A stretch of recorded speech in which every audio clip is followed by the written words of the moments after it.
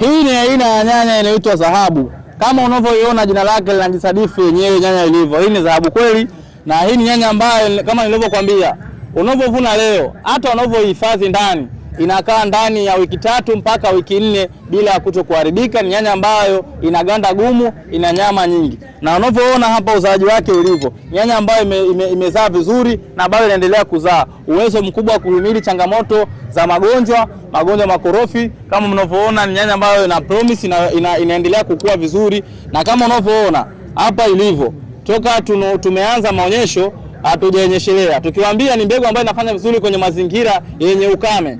Ni mbegu ambayo inaweza kuhimili changamoto za kimazingira. Unavyoona hapa udongo wetu huu ulivyo. Huu ni mchanga ambao tumepanda hapa, na unavyoona ni mchanga ambao hatujanyeshelea, lakini ukiangalia matokeo nyanya inapendeza na inazidi kukua vizuri.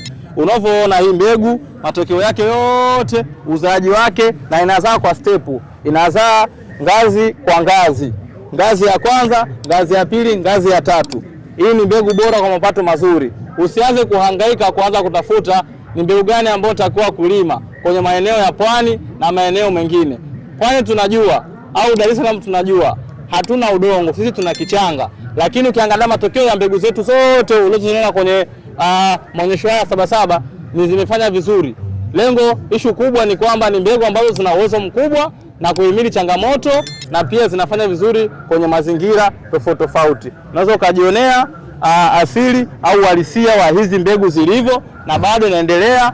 Tunawaambia wakulima, usichukue mbegu kwenye kampuni ambao huijui. Chukua bora mbegu kwenye kampuni ambayo itakupa mwongozo na utapata matokeo mazuri. Wewe itakuwa inazidi kukupa mwongozo na kukusimamia ili wewe ufanikiwe.